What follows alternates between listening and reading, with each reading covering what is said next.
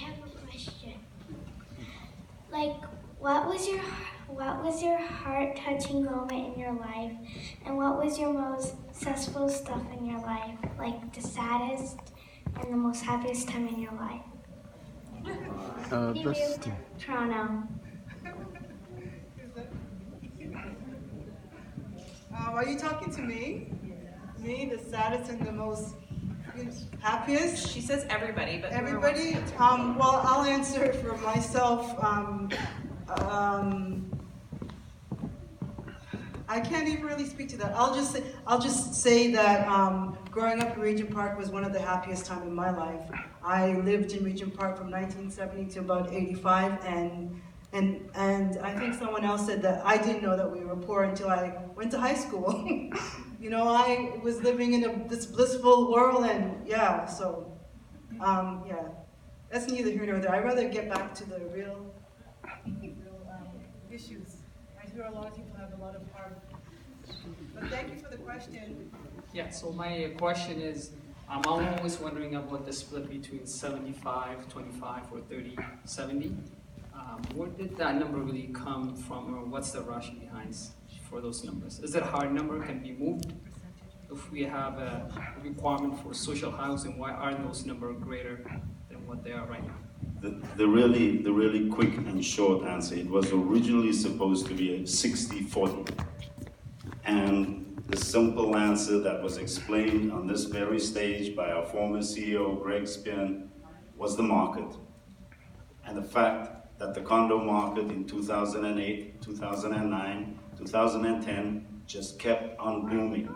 And we could not, as a corporation, resist the temptation to make more money and build more and spread it through the rest of the organization. That's the short answer.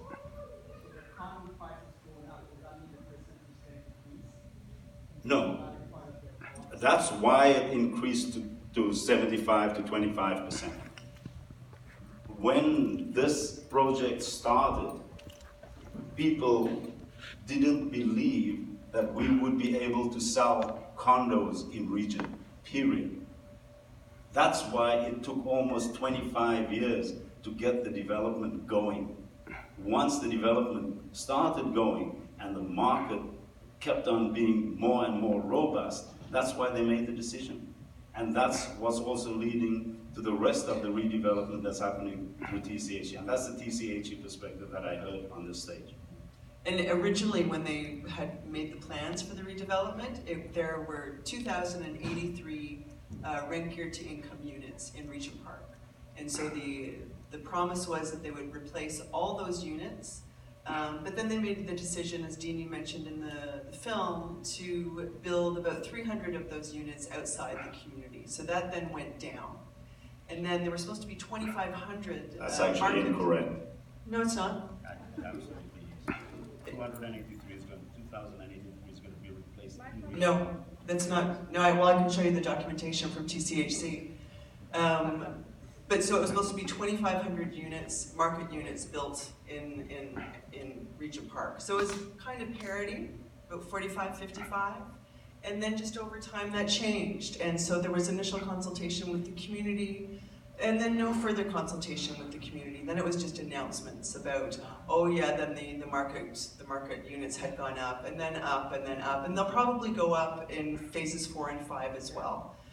So that portion of the community that was the original community just keeps shrinking.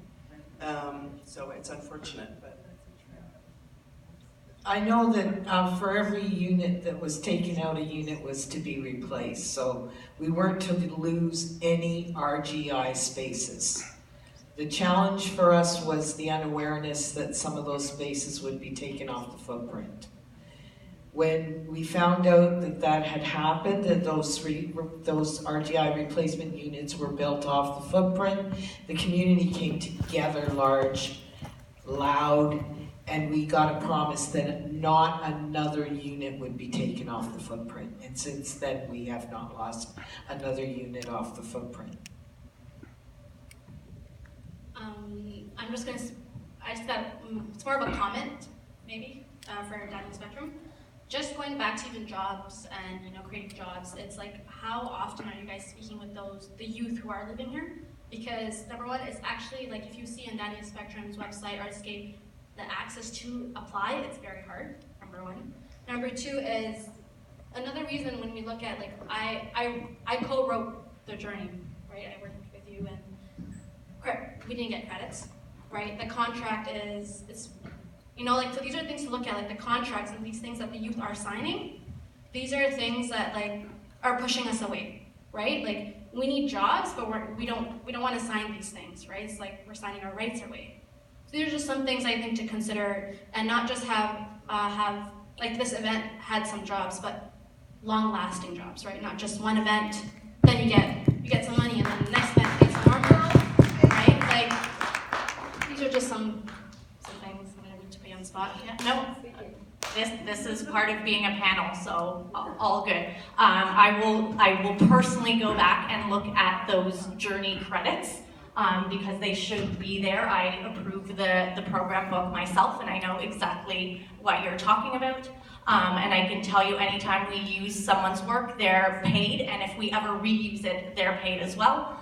But I completely agree that sustainability is key. And that's why we look at also a wide range of jobs, but also nurturing businesses, recognizing that whether it's in future phases or eventually, Daniels may not be hosting these types of events. So can we get these local businesses to a point? Can we support them and show that leap of faith and really be a reference so that the next group coming in here who's coming for a theater show or for a wedding or for a gala is also supporting these local businesses, because that will be key. And also creating opportunities for youth, whether that's with artwork, welcome gifts, in programs, but really making sure that all of what we do lasts beyond Daniels, and like Deanie said, really lasts beyond the revitalization. Because folks and young people are going to live in this community ideally for generations to come. So recognize that this is not, I think we recognize this is not a today issue, but how do we build this long term?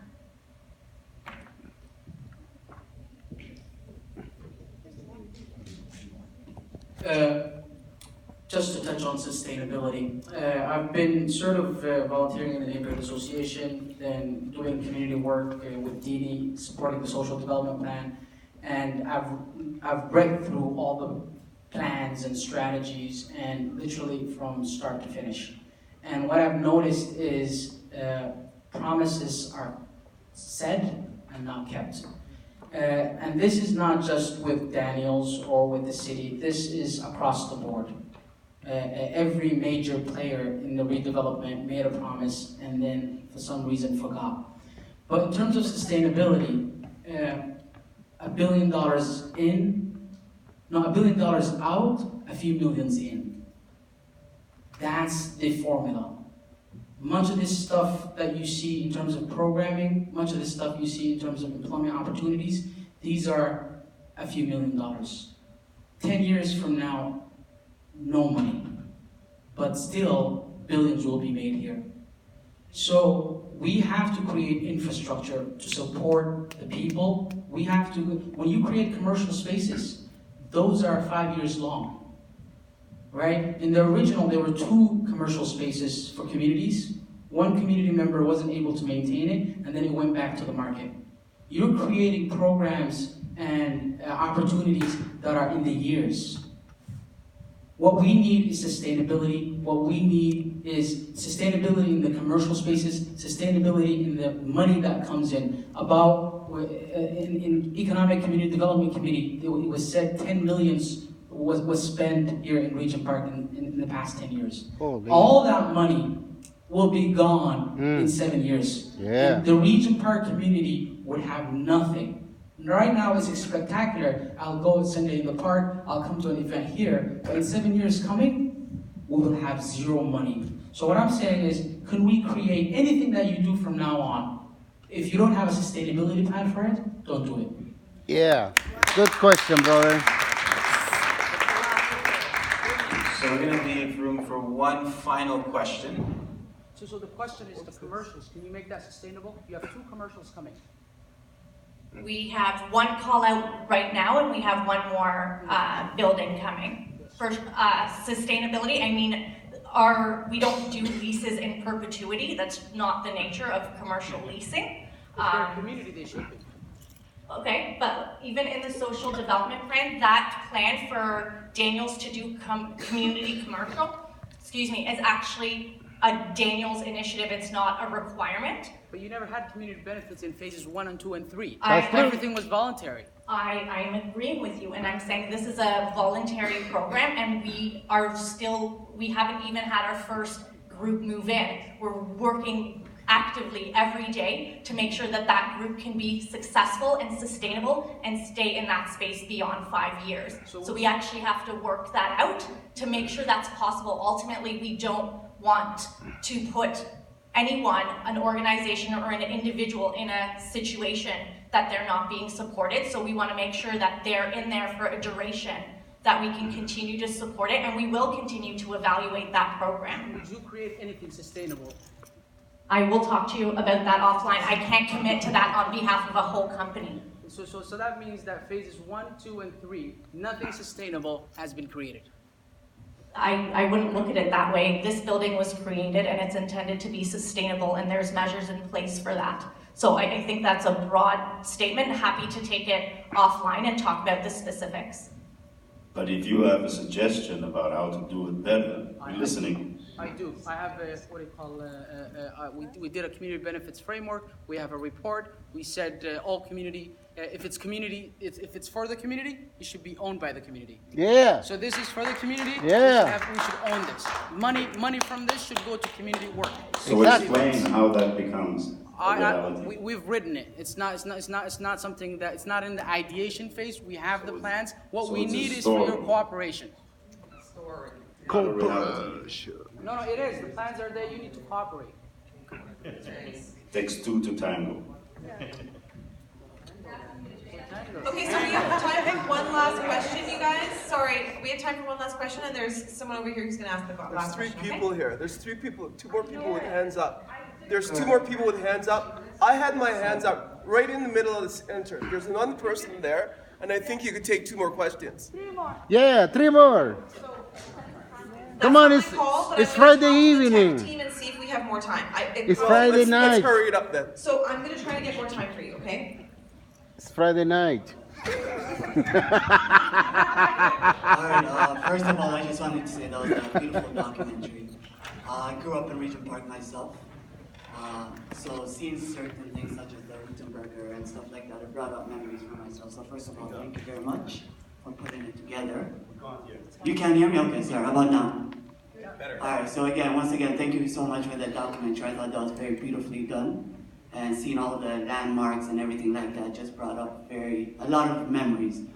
So like I said, growing up in Regent Park and right now working as a nurse and as a real estate agent, I have a very mixed emotions about this whole development. First of all, like Sugar said, I have seen friends that have been buried over and over again.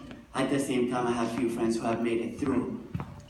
So my bigger question is, piggybacking off of sustainability and longevity, is that I remember growing up, my mom filling up application to get a housing, and you have to wait for years on end just to get a unit.